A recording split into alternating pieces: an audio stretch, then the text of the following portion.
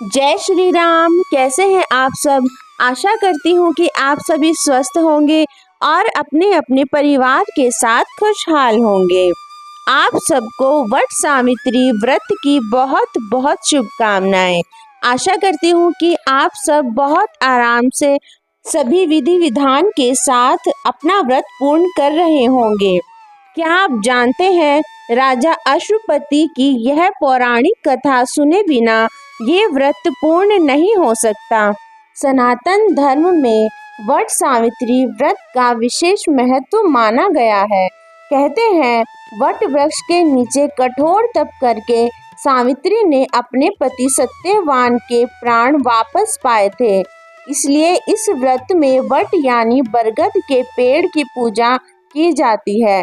इस दिन सुहागने स्त्रियां निर्जला व्रत रखकर वट वृक्ष पर जाती हैं और उसकी विधि विधान पूजा करके उसके चारों ओर कच्चा धागा लपेटती हैं। इसके बाद पेड़ के नीचे बैठकर ही कथा सुनती हैं।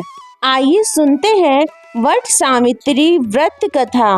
एक समय की बात है, बृहद देश में अश्वपति नाम के राजा राज्य करते थे, जिनके कोई संतान न थी। राजा ने संतान की प्राप्ति के लिए मंत्रोच्चारण के साथ प्रतिदिन 1,00,000 आहुतियां दी। ये काम वे 18 वर्ष तक करते रहे, जिसके बाद सावित्री देवी ने प्रकट होकर उनके घर में एक तेजस्वी कन्या पैदा होने का वरदान दिया। जिसके बाद राजा के घर में एक सुंदर और गुणी लड़की का जन्म हुआ, जिसका नाम सावित्री रखा गया। कन्या बड़ी होकर बहुत रूपवान हुई, लेकिन उसके लिए कोई योग्य वर न मिलने की वजह से उसके पिता बेहद दुखी थे। ऐसे में कन्या स्वयं वर तलाशने के लिए निकल पड़ी। सावित्री की कुछ समय बाद राजा धुम्मतसेन के पुत्र सत्यवान से भेंट हुई, जिन्हें सावित्री ने अपने पति के रूप में चुन लिया था। सत्यवान के पिता धुम्मतसेन साल्व देश के राजा थे, लेकिन उनका राज्य किसी ने छीन लिया था। ऋषिराज नारद को जब यह बात पता चली तो सावित्री सत्यवान से शादी कर रही है, तो वे उनके पिता अश्वपति के पास पहुँचे और कहा कि हे राजन, यह आप क्या कर रहे हैं। आप माना कि सत्यवान गुणवान है, धर्मात्मा है और बलवान भी है, लेकिन वह अल्पायु है। 1 वर्ष के बाद ही उनकी मृत्यु हो जाएगी। ऋषिराज नारद की बात सुनकर अश्वपति बेहद दुखी हो गए।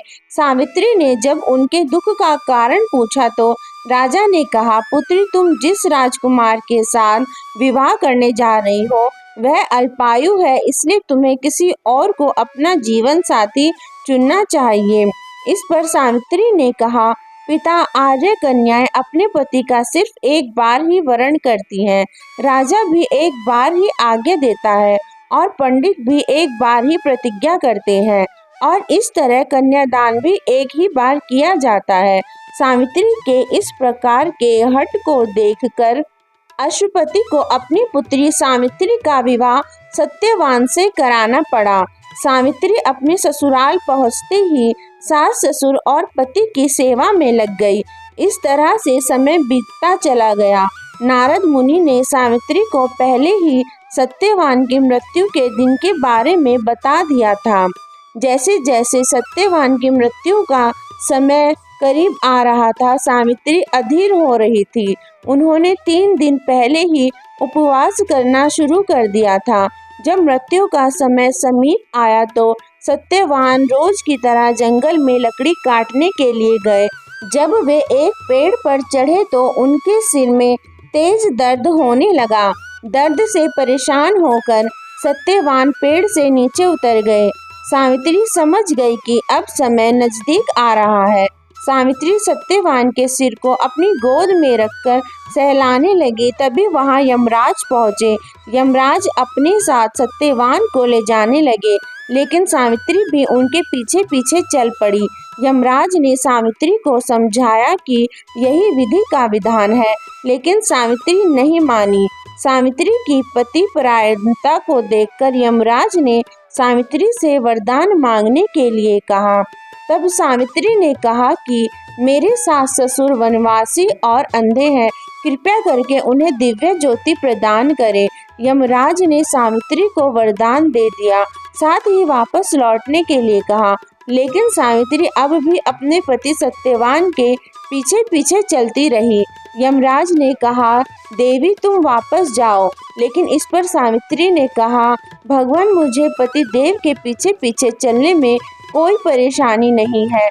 यह सुनकर उन्होंने फिर एक और वर मांगने के लिए कहा। तब सावित्री बोली, हमारे ससुर का राज्य छिन गया था, उन्हें पुनः वापस दिला दीजिए। यमराज ने सावित्री को यह भी वरदान दे दिया और अब कहा कि तुम लौट जाओ। लेकिन सावित्री अब भी नहीं मानी और अपने पति के पीछे चलती रही। तब यमराज ने सावित्री को तीसरा वरदान मांगने को कहा। इस पर सावित्री ने अपने लिए 100 संतान और सौभाग्य का वरदान मांगा। यमराज ने ये वरदान भी सावित्री को दे दिया। तब सावित्री ने यमराज से कहा कि प्रभु, मैं एक पतिव्रता पत्नी हूँ और अभी आपने ही मुझे पुत्रवती होने का आशीर्वाद दिया है। यह सुनकर यमराज समझ गए और उन्हें सत्यवान के प्राण छोड़ने पड़े। इसके बाद यमराज अंतर्ध्यान हो गए। तब सावित्री उसी वट वृक्ष के नीचे आ गई जहाँ उनके पति का मृत शरीर पड़ा था। कुछ देर बाद सत्यवान जीवित हो गए और दोनों खुशी खुशी राज्य की ओर चल पड़े और सुखमय जीवन व्यतीत करने लगे। जय श्री राम।